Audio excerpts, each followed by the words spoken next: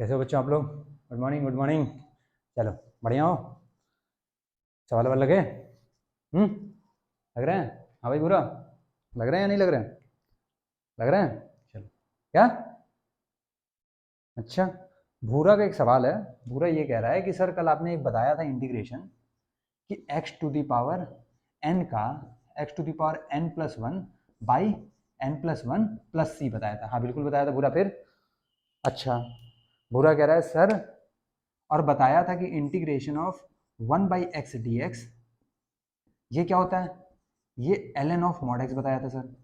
हाँ बिल्कुल बताया था सर। लेकिन अगर इसमें इसमें मैं कहूँ एन की वैल्यू -1 रख दूँ तो ये 1/x ही तो होगा। हाँ बिल्कुल होगा। तो 1/x की वैल्यू तो आनी चाहिए sir x to the power -1 + 1 by -1 + 1। अरे भूरा, जब नीचे ये -1 + 1 0 आ जाएगा तो क्या ये डिफाइन होगा? नहीं, ये डिफाइन नहीं होगा। अगर नहीं होगा तो यहाँ पे एक ऐड कर लेना कि n कभी भी -1 नहीं होगा। इसको वहाँ पे ऐड कर लो भूरा कि वहाँ पे -1 कभी भी नहीं होगा। बात समझ में आई क्या? चलो इसको ऐड ऑन कर लो। आज हम क्या करेंगे? अपना एक्सरसाइज डिस्कस करेंगे, ठीक है? जो पहला एक्सरसाइज है बेसिकली उसको हम लोग बस खाली डिस्कस कर लेंगे, देख लेंगे कैसे होगा। उसके बाद फिर सब्सटीट्यूशन मेथड पे आएंगे, ठीक है? चलो देख लो, एक्सरसाइज देख लेते हैं हम लोग। 7.1 है, पेज नंबर 299। पहले क्वेश्चन से स्टार्ट करेंगे, हर एक क्वेश्चन डिस्कस करेंगे, ठीक है? सॉल्व नहीं करूंगा, डिस्कस करेंगे। मेथड बता दूंगा, सॉल्व आप लोगों को करना पड़ेगा। चलो पहले क्वेश्चन से स्टार्ट करते हैं। पहला क्वेश्चन कह रहा है sine 2x। Sine 2x, sine डब्बा। साइन का कॉस होता है, कॉस का माइनस साइन होता है, तो साइन का माइनस कॉस हो जाएगा, यानी कि माइनस कॉस डब्बा हो जाएगा। यहाँ पे लीनियर है तो बाई 2 से डिवाइड कर देंगे, आंसर आ जाएगा, यानी माइनस कॉस 2x बाई 2 आ जाएगा। उसी तरह कॉस 3x, फिर डब्बा, कॉस डब्बा। साइन का कॉस आता था तो कॉस का साइन आ जाएगा, तो साइन डब्बा आ जाएगा। तो साइन 3x लीनियर है तो बाई 3 से डिवाइड कर देंगे। बात समझ में आया? तीसरा आ जाओ, e to the power 2x linear है। e to the power x का क्या होता है? e to the power x ही होता है। तो e टू द पावर डब्बे का क्या होगा? e टू द पावर डब्बे होगा। लीनियर में कोएफिशिएंट क्या है? 2 है, तो 2 से डिवाइड कर देंगे, यानी e to the power 2x by 2 आ जाएगा। अगला आ जाओ, ax प्लस b का होल स्क्वायर। ये कैसे सॉल्व होगा सर? इसमें इसका पहले का स्क्वायर प्लस दूसरे का स्क्वायर प्लस 2a भी कर देंगे, उसके बाद कर देंगे सर इंटीग्रल। है ऐसे नहीं करना है, लीनियर है, फंक्शन लीनियर है। डब्बे का स्क्वायर क्या हो जाएगा? डब्बा क्यूब बाई 3 हो जाएगा। और इनटू क्या करना है? 1 बाई कोएफिशिएंट ऑफ x को मल्टीप्लाई कर देना है, यानी कि ax प्लस b का whole cube by 3 into into नीचे में डिनोमिनेटर में इंटू क्या हो जाएगा? a हो जाएगा x का कोएफिशिएंट। बात समझ आया? अगला देखो, sine 2x -4 into e to power 3x। Sine 2x का हो जाएगा क्या? हाँ हो जाएगा सर, उसी तरह हो जाएगा जैसे ऊपर के साइन 2x का। ई टू पावर 3x का हो जाएगा सर? हाँ बिल्कुल हो जाएगा, ई टू पावर 3x बाई 3 हो जाएगा सर। उसमें बस सारी 4 मल्टीप्लाई कर देना और एज इट इज सॉल्व कर देना। साइन 2x को अलग, -4 into e to power 3x को अलग इंटीग्रेट कर देना। उसी तरह क्या अगला हो जाएगा क्या सर? बिल्कुल हो जाएगा। सेवंथ पे आ जाओ। सेवंथ में क्या करें सर? ये कैसे करें? ये तो दो फैक्टर्स का मल्टीप्लीकेशन है। अब मल्टीप्लीकेशन को कैसे करें सर? मल्टीप्लीकेशन में भी कुछ खास नहीं करना है। क्या करना है? इसको पहले सिंप्लीफाई कर लो। अगर कहीं ऐसा आता है 2 फैक्टर आ रहा है, 3 फैक्टर आ रहा है, 4 फैक्टर आ रहा है, तो हमने मल्टीप्लिकेशन का तो कोई रूल अभी पढ़ नहीं रखा है। हमने सिर्फ और सिर्फ सर एडिशन और सब्ट्रैक्शन का रूल पढ़ रखा है कि अलग अलग इंटीग्रेशन सबको दे देंगे। तो आपको करना क्या है? सिर्फ और सिर्फ ये सारे फैक्टर्स एक दूसरे से मल्टीप्लाई कर देना है डिस्ट्रीब्यूटिव लॉ लगा के, और उसको सॉल्व कर देना है। यहाँ पे एक्स स्क्वायर को पहले 1 से मल्टीप्लाई करेंगे तो एक्स स्क्वायर आ जाएगा, माइनस दूसरे वाले से मल्टीप्लाई करेंगे तो 1 आ जाएगा। एक्स स्क्वायर का अलग इंटीग्रेशन निकाल देना, -1 का अलग इंटीग्रेशन निकाल देना, आंसर आ जाएगा। ठीक है, अगले में आओ। अगला बोल रहा है integration of ax square plus bx plus c। ax square का अलग इंटीग्रेशन करो, bx का अलग, c का अलग। ठीक है, हो जाएगा। अगला हो 2x square plus e to power x। 2x square का अलग इंटीग्रल करो, e टू पावर x का अलग इंटीग्रल करो। आगे आओ, root x minus 1 by root x का होल स्क्वायर। सर ये कैसे करेंगे सर? हाँ ये कैसे करेंगे? कुछ भी नहीं करना है, a माइनस बी का होल स्क्वायर लगाना है। जैसे a माइनस बी का होल स्क्वायर लगाओगे, इसको पहले सिंप्लीफाई करो तो आ जाएगा a square plus b square minus 2ab। फिर उसको अलग अलग हर एक टर्म्स को इंटीग्रेट कर देना। क्यों? क्योंकि पढ़े हैं प्लस या माइनस से अगर सेपरेटेड है टर्म्स तो इंटीग्रेशन सबका अलग अलग हम कर सकते हैं। ठीक है, 11th पे आ जाओ। 11th कैसे करें सर? 11th तो सर ये तो डिवाइड भी आ गया, अभी तक तो मल्टीप्लाई आ रहा था, अब डिवाइड भी आ गया। तो करना क्या है? ये एक्स स्क्वायर को सबको दे दो, एक्स क्यूब को भी दे दो, 5x स्क्वायर को भी दे दो, -4 को भी दे दो। तो ये ऊपर बन जाएगा x plus 5 minus 4 by x square. X का इंटीग्रल अलग कर दो, प्लस 5 का कर दो, -4 बाई एक्स स्क्वायर का अलग कर दो, सबका अलग अलग इंटीग्रल कर दो, आंसर आ जाएगा। आगे आ जाओ सर, अब ये तो डिवाइड कर रहा है, रूट वाले को डिवाइड कर रहा है, रूट वाले का कैसे करें? कुछ नहीं करना है, रूट एक्स यानी कि नीचे क्या कह रहा है? नीचे कह रहा है एक्स के पावर 1/2 है। अगर एक्स के पावर 1/2 है तो अब इस एक्स के पावर 1/2 को सबको दे दो, यानी कि एक्स क्यूब बाई एक्स के power 1/2 plus 3x by x के पावर 1/2 प्लस 4 बाई एक्स के पावर 1/2। 2। अब x की पावर 1/2 को ऊपर न्यूमरेटर में ले जाओ तो वो x की पावर -1/2 हो जाएगा, उसको सिंप्लीफाई करो और हर एक टर्म्स का इंटीग्रल अलग अलग निकाल डालो। हो जाएगा क्या? हाँ हो जाएगा सर। तीसरा, सर अब ये कैसे करें, ये तो पॉलिनोमियल बाई पॉलिनोमियल दे दिया है। ये तो सर पॉलिनोमियल बाई पॉलिनोमियल, ऊपर है क्यूबिक है नीचे लीनियर है। अब ये तो डिवाइड भी नहीं होगा, लीनियर में भी दो टर्म है सर। अगर मोनोमियल होता सिर्फ x होता तो डिवाइड कर देते। इसको कैसे करें सर? अच्छा इसको कैसे करें, सवाल देख लेते हैं। क्या है सवाल? सवाल बोल रहा है x³ माइनस x², इंटीग्रेशन निकालना है किसका? x³ minus x² plus x -1 whole divided by x -1 into dx। कैसे करें? देखो इसके दो तरीका है। एक तरीका तो ये है, यही सवाल ना, x³ minus x² plus x -1 whole divided by x -1 into dx। इसका दो तरीका है। पहला तरीका क्या है? पहला तरीका ये है कि इसको लॉन्ग डिवीजन मेथड से डिवाइड कर लो, इसको लॉन्ग डिवीजन मेथड से डिवाइड कर लो, क्वोशिएंट आएगा, रिमाइंडर इसमें कुछ नहीं बचेगा, ये कंफर्म है, ठीक है। अच्छा जैसे ही लॉन्ग डिवीजन मेथड से डिवाइड करोगे, जैसे ही लॉन्ग डिवीजन मेथड से डिवाइड करोगे, ऊपर एक क्वोशिएंट आ जाएगा जो कि प्लस और माइनस में सेपरेटेड होगा, तो अलग अलग इंटीग्रल लगा देना, काम अपना खत्म हो जाएगा। अच्छा सर आपने ऐसा कैसे कह दिया कि रिमाइंडर इसमें 0 आएगा, रिमाइंडर कुछ आएगा ही नहीं? क्यों? क्योंकि अगर मैं x की वैल्यू यहां से देखूं, यहां से अगर x -1 को मैं 0 पुट करता हूं तो x की वैल्यू 1 आएगी, और x की वैल्यू अगर मैं इसमें 1 पुट करता हूं तो 1 -1 प्लस 1 -1 हो जाएगा, यानी ये क्या हो जाएगा? 0 हो जाएगा। अगर ये 0 हो जाएगा तो रिमाइंडर कुछ भी नहीं बचेगा, कुछ भी रिमाइंडर नहीं बचेगा। अगर रिमाइंडर नहीं बचेगा तो इसका मतलब क्या है? सिर्फ और सिर्फ क्वोशिएंट बचेगा, क्वोशिएंट के अलग अलग टर्म्स आएंगे, उसका इंटीग्रल हम लोग कर सकते हैं। अगर वैसे नहीं करना है सर, लॉन्ग डिवीजन मेथड से नहीं करना है, आप बताइए दूसरे मेथड से कैसे कर सकते हैं? कुछ नहीं करना है, इसमें ध्यान से देखना है बस खाली। तो इन दोनों में क्या x² कॉमन दिख रहा है? हाँ सर कॉमन दिख रहा है, तो कॉमन ले लो। तो ब्रैकेट में क्या आ जाएगा? x -1 प्लस इसमें क्या है? ये तो सर एज इट इज है x -1। अच्छा तो ये इंटू 1 तो कर सकते हैं? हाँ सर कर सकते हैं, कोई दिक्कत नहीं। यानी क्या हो जाएगा? नीचे क्या है? x -1 पूरे का dx। तो ये क्या हो गया सर? x -1 कॉमन आ गया। जैसे ही x -1 कॉमन आ गया तो दूसरे फैक्टर में क्या आ गया? x² plus 1 by x -1 dx। क्या x -1 एक दूसरे को खा जाएगा? हाँ बिल्कुल खा जाएगा सर। तो बचा क्या? x² plus 1। तो इसका क्या इंटीग्रल नहीं कर सकते हैं?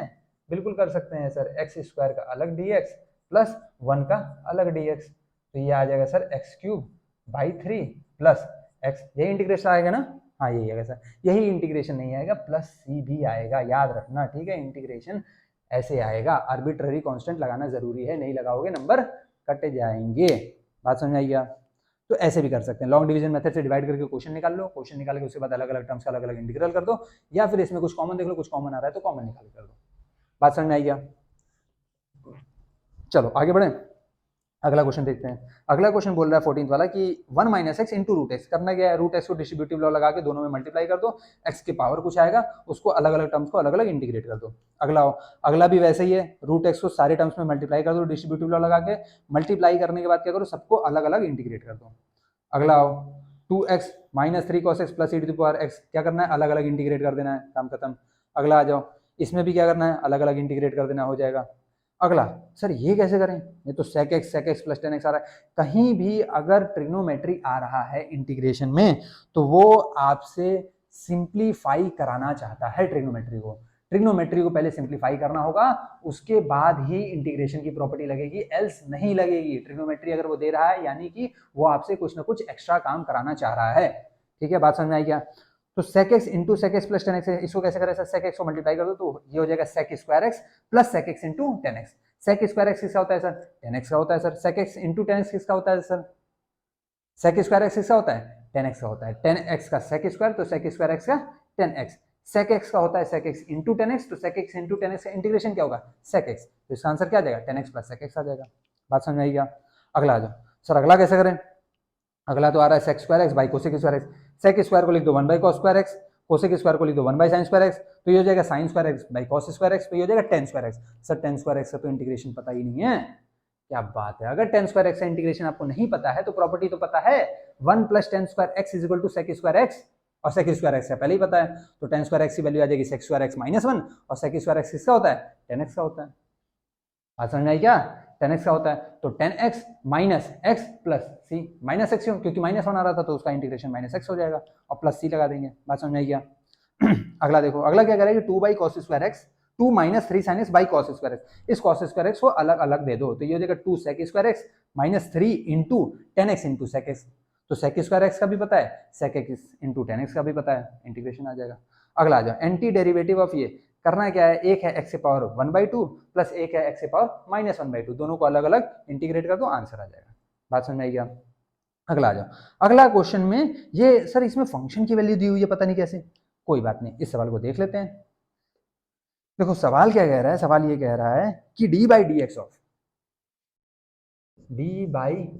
ऑफ f ऑफ x हमें दिया है, वो क्या है 4x cube minus 3 by x to the power 4। अच्छा, सच दैट क्या दिया हुआ है, f of 2 is equal to 0, तो बोल रहा है f ऑफ x की वैल्यू निकालो। अच्छा, ये सर f ऑफ 2 देके f ऑफ x की वैल्यू दे रहा है, कुछ समझ में नहीं आया सर। अगर कुछ समझ में नहीं आया तो ध्यान से देखो, तुरंत समझ में आ जाएगा। ये देखो, ये जो f ऑफ x है, ये इसका डेरिवेटिव दिया है, अगर इसका डेरिवेटिव दिया है, ये इसका डेरिवेटिव है, तो इसको इंटीग्रेट कर देंगे तो फंक्शन आ जाएगा क्या? हाँ सर, अगर ये डेरिवेटिव है f ऑफ x का, तो अगर मैं इसको इंटीग्रेट कर दूं तो फंक्शन तो आ जाएगा सर, तो कोई बात नहीं, इसको पहले इंटीग्रेट कर दो। 4x cube minus 3 by x to the power 4 को इंटीग्रेट करना है। बात समझ आई क्या? तो ये क्या हो जाएगा, क्वेश्चन यही है ना, 4x cube minus 3 by x की power 4, 4 by x cube minus 3 by x की power 4, f of 2 equal to 0। ठीक है, चलो अगर इसको इंटीग्रेट कर दोगे तो ये क्या हो जाएगा सर, पहले तो इसको इंटीग्रेट कर देंगे 4x क्यूब dx और फिर माइनस इंटीग्रेट कर देंगे 3 बाई एक्स की पावर 4 dx, तो ये तो हो जाएगा sir 4 into x to the power 4/4 n plus 1 by n plus 1, ये क्या हो जाएगा, ये हो जाएगा -3 into x to the power, ये -4 हो जाएगा, तो -4 प्लस 1 -3, और यहाँ पे क्या आ जाएगा -3 आएगा क्या, ये एक्स के पावर ऊपर गया -4, तो -4 प्लस 1 -3, और नीचे भी क्या आएगा सेम -3, क्योंकि n plus 1 by n plus 1 आता है। अच्छा, प्लस क्या करना पड़ेगा, c करना पड़ेगा, ये इसको खा जाएगा, ये माइनस इसको खा जाएगा, ये 3 इसको खा जाएगा, तो बचेगा क्या, बचा sir x to the power 4 plus x to the power -3 plus c। अच्छा, यही बचा क्या, हाँ यही बचा सर। ये हमारा क्या आया, ये आया सर हमारा f ऑफ x, तो आ तो गया सर f ऑफ x, तो इसका क्या करें, अरे ये कह रहा है f ऑफ x निकालो, यानी कि कांस्टेंट के साथ निकालो। जो हमें f ऑफ x आता है वो क्या आता है, फैमिली आता है, पूरा का पूरा फैमिली आता है, family of functions, family of curves आते हैं, एक पर्टिकुलर फंक्शन नहीं आता है। अगर एक पर्टिकुलर फंक्शन नहीं आता है तो फैमिली ऑफ फंक्शन आता है, तो हमें f ऑफ x के एक पर्टिकुलर फंक्शन चाहिए, तो वो कैसे निकालेंगे। अब कह रहा है कि f ऑफ 2 इक्वल टू 0 होता है, तो इसमें x की वैल्यू क्या करो, 2 पुट कर दो, f ऑफ 2, तो ये क्या हो जाएगा 2 to the power 4 plus 2 to the power -3 plus c equal to f of x। इसकी वैल्यू है कितनी, 0, 2 टू द पावर 4 की वैल्यू कितनी हो जाएगी, 2 2 4, 4 2 8, 8 2 16, प्लस ये कितना हो जाएगा 2 टू द पावर -3, यानी कि 1/2 टू द पावर 3, यानी कि 1/8 प्लस c, तो यहाँ से क्या c की वैल्यू आ जाएगी, हाँ c की वैल्यू आ जाएगी सर -1/16 -1/8। क्या एलसीएम ले ले, हाँ सर एलसीएम ले लो, ये आ जाएगा 16, तो ये हो जाएगा -1 और ये हो जाएगा -2, तो ये हो जाएगा सर -3/16, तो हमारा कांस्टेंट क्या आ गया, -3/16 आ गया। बात समझ में आएगा, अगर कांस्टेंट -3/16 आ गया, कांस्टेंट कितना आ रहा है, -3/16 आ रहा है, f ऑफ 2 यही तो आएगा, x to the power 4, 2 to 4, 4 to 8, 8 to 16, 16 plus 1/8, ओहो 1/16 कर दिया मैंने। चलो ध्यान दो यहाँ पे, ये जब c निकालेंगे तो c क्या होगा, एक सेकेंड,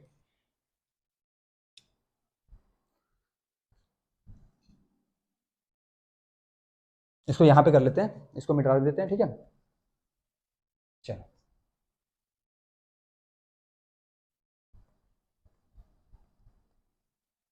ध्यान देना, ये यहां से जब करेंगे तो 0 इज इक्वल टू आ रहा था सर 16 प्लस 1/8 प्लस c, तो यहाँ से c की वैल्यू अगर निकालना होगा तो -16 -1/8 आएगा सर। अच्छा, 8 अगर एलसीएम ले लिए तो 16 8 से क्या आएगा, 8 6 के 48, 8 4 12, 128 आएगा सर, तो ये हो जाएगा -128 और इसका -1, तो यानी कि आ जाएगा -129/8, ये आ गया सर हमारी c की वैल्यू। तो इस पर्टिकुलर c की वैल्यू इसमें हमें क्या करना है, बस खाली पुट कर देना है, तो हमारा फंक्शन आ जाएगा। तो हमारा फंक्शन आएगा क्या, बेसिकली हमारा जो फंक्शन आएगा वो आएगा sir x⁴ plus 1/x³ minus 129/8 आएगा क्या, x⁴ प्लस 1/x³। क्यों, क्योंकि x⁻³ को मैंने क्या लिख दिया, 1/x³ लिख दिया, और c का कितना आ रहा है वैल्यू, माइनस 129/8 आ रहा है। क्या ये कोई ऑप्शन में दिया हुआ है? हाँ सर, ये ऑप्शन में दिया हुआ है, पहला ही ऑप्शन है, x⁴ प्लस 1/x³ माइनस 129/8। तो ये हमारा क्या हो जाएगा, आंसर हो जाएगा। बात समझ में आएगा? चलो इसका स्क्रीनशॉट ले लो जल्दी से। अच्छा अब ये बताओ कि अपना ये पहला एक्सरसाइज तो खत्म हो गया, ठीक है, पहला एक्सरसाइज खत्म हो गया। अब थोड़ा सब्स्टिट्यूशन पे आते हैं, सब्स्टिट्यूशन पे, सब्स्टिट्यूशन देख लेते हैं। स्क्रीनशॉट ले लिया, चलो आगे बढ़ते हैं। सब्स्टिट्यूशन क्या कहता है सर? सब्स्टिट्यूशन भी कुछ खास नहीं कहता है, कुछ खास नहीं कहता है, हमें एक पर्टिकुलर फंक्शन को एक दूसरा वेरिएबल लेना पड़ता है, ठीक है, एक दूसरा वेरिएबल लेना पड़ता है। वो जैसे एग्जाम्पल में आप देखेंगे तो आपको तुरंत समझ में आ जाएगा, ऐसे बताऊंगा तो नहीं समझ में आएगा, ठीक है। तो एक एग्जाम्पल ले लेते हैं और एग्जाम्पल से ही देख लेते हैं। 1 मिनट रुक जाओ।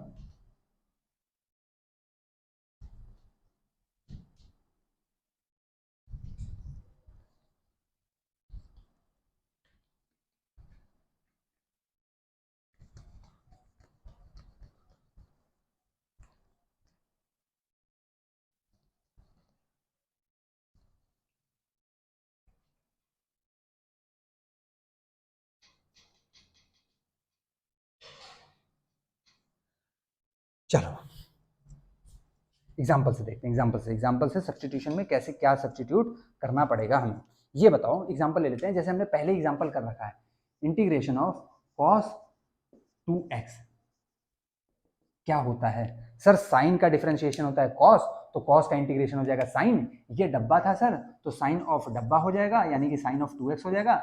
ये एक लीनियर है सर फंक्शन, तो x का कोएफिशिएंट यहाँ पे चिपका देंगे सर, यही हमारा आंसर आ जाएगा। आ जाएगा क्या? हाँ बिल्कुल आ जाएगा सर। इसी को सब्स्टिट्यूशन मेथड से देखते हैं, इसी को सर सब्स्टिट्यूशन मेथड से देखते हैं कि सर सब्स्टिट्यूशन मेथड से कैसे करते हैं। ये तो प्रॉपर्टी लगा दी हमने सर।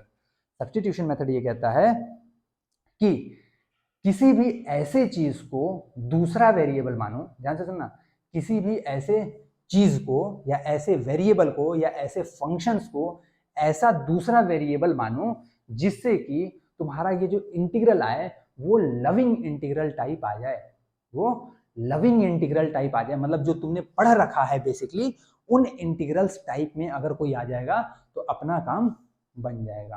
बात समझ आए क्या?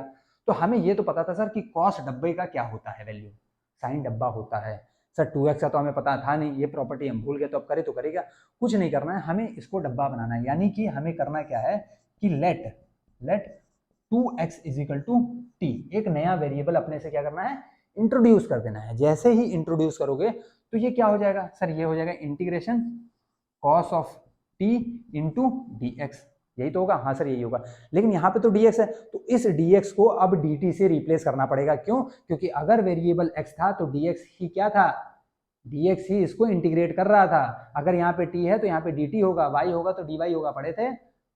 तो आगे आ जाओ। अब dx की वैल्यू निकाले कहाँ से? तो यहाँ देखो, अगर 2x की वैल्यू t है तो अगर मैं इसको डिफरेंशिएट कर रहा हूँ विथ रिस्पेक्ट टू x, तो अगर इसको करूंगा तो ये क्या आएगा, ये तो आ जाएगा सर 2, x का डिफरेंशिएशन 1, ये आ जाएगा सर dt बाई dx आएगा क्या?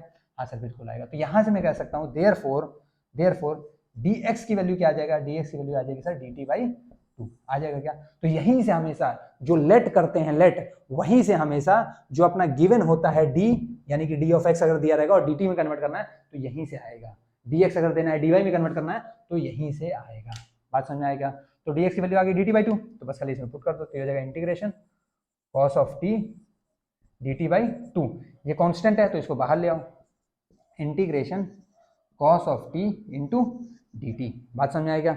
हाँ सर समझ में आ गया। ये तो सर वही आ गया cos डब्बा, अगर cos डब्बा है तो उसका इंटीग्रेशन क्या होता है, बिल्कुल साइन डब्बा होता है। तो ये हो जाएगा half of sine t plus c. Sir क्या यही आंसर होगा? नहीं, ये आंसर नहीं होगा, तुमने tx माना था तुमने tx माना था। किसको माना था सर? 2x को माना था, तो 2x को यहाँ पे वापस रखना भी पड़ेगा।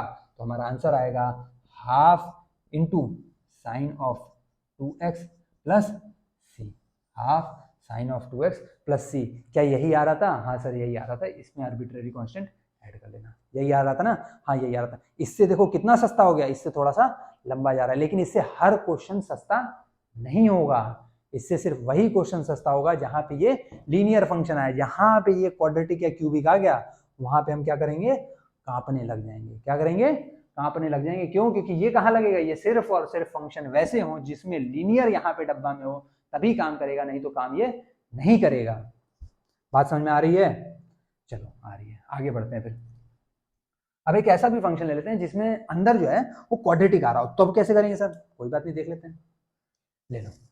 ले लो cos of x square plus 1 into 2x dx। ध्यान दो, cos of x square plus 1 into 2x dx। अब सर इसको कैसे करें सर? कुछ नहीं करना है, ध्यान देना है, ध्यान।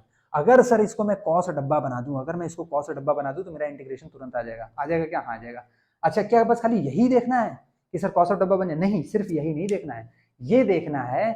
अब हमने प्रॉपर्टी क्या पढ़ रखी है? सिर्फ एडिशन और सब्ट्रैक्शन की।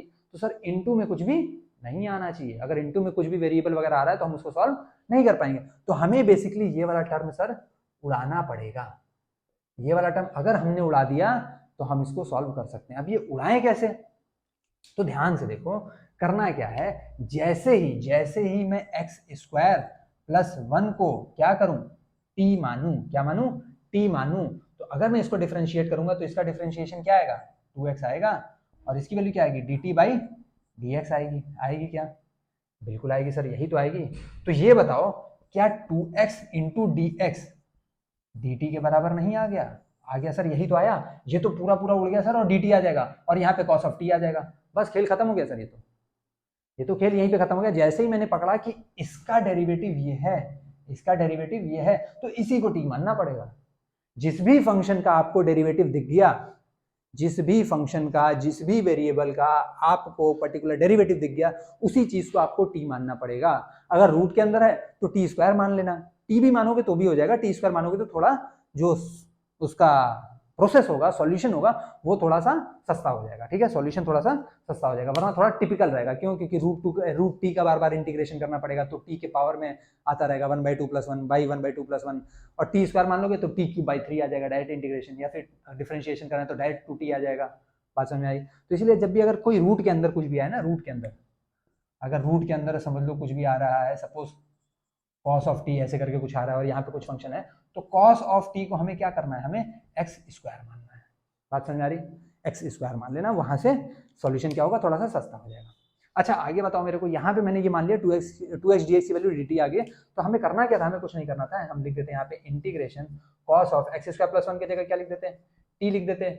2x dx की जगह क्या लिख देते हैं? dt लिख देते हैं। तो साइन का cos होता है, तो cos का उल्टा इंटीग्रेशन क्या हो जाएगा? साइन हो जाएगा। तो ये क्या हो जाएगा? Sine of t plus c. क्या यही आंसर होगा? नहीं सर, t की वैल्यू भी तो रखनी पड़ेगी, तो ये हो जाएगा sine of x square plus 1 plus sine of x square plus 1 plus सी।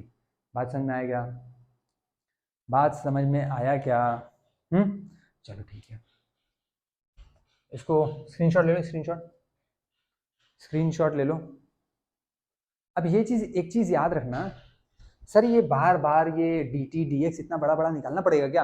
हाँ निकालना पड़ेगा, लेकिन इसके जो स्टेप्स हैं वो कम हो जाएंगे। स्टेप्स क्या हो जाएंगे? अपने से कम हो जाएंगे। कैसे कम होंगे? ध्यान देना। अगर 2x = t है, अगर 2x = t है, ध्यान देना, 2x = t है, तो अपने दिमाग में इसको क्या करो? डिफरेंशिएट कर दो। जैसे ही डिफरेंशिएट करोगे इसका क्या आ जाएगा? 2 आ जाएगा। ठीक है, 2 आ जाएगा। इसका क्या आ जाएगा? dt आ जाएगा। ये जिस भी रिस्पेक्ट में डेरिवेट हुआ होगा उसको यहाँ लिख देना, यानी कि 2dx = dt आ जाएगा। 2dx = dt आ जाएगा। यही आ रहा था क्या? हाँ यही आ रहा था सर। बात समझ आया? तो dx की वैल्यू क्या हो जाएगी? dt/2 हो जाएगी वहां से। इसको कैसे करें सर? इसको x स्क्वायर प्लस 1 को क्या माना? 2 माना। इसका डेरिवेटिव क्या आया? 2x आया सर। 2x आया सर। आया क्या? 2x। क्या माना था? t माना था। तो यहाँ पे क्या आएगा सर? dt आएगा। इसके साथ क्या आएगा सर? इसके साथ हमेशा dx आएगा सर। बात समझ में आएगा?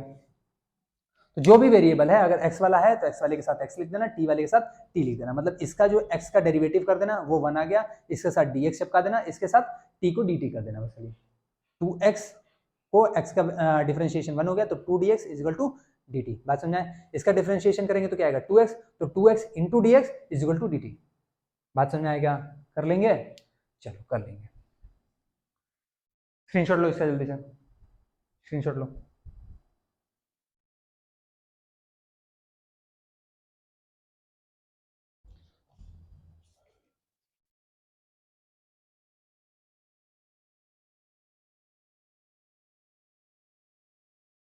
ले लिया क्या? चलो आगे बढ़े, आगे बढ़ते हैं। कपड़ा कहाँ रख दिया? चलो आगे बढ़ते हैं।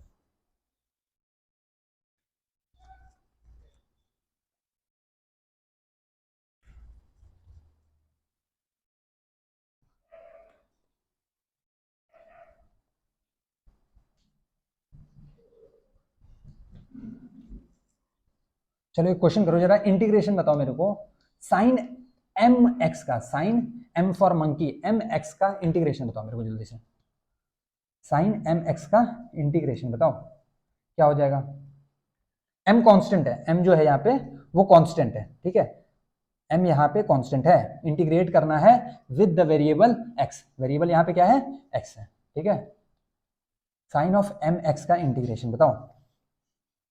ये तो सर दोनों से हो जाएगा, सब्स्टिट्यूशन से भी और प्रॉपर्टी से भी, किसी से भी करके बताओ मेरे को, क्या मतलब साइन एम एक्स का इंटीग्रेशन चाहिए, कुछ बोल थोड़ी रहे सब्स्टिट्यूशन से बताओ या किसी और से बताओ।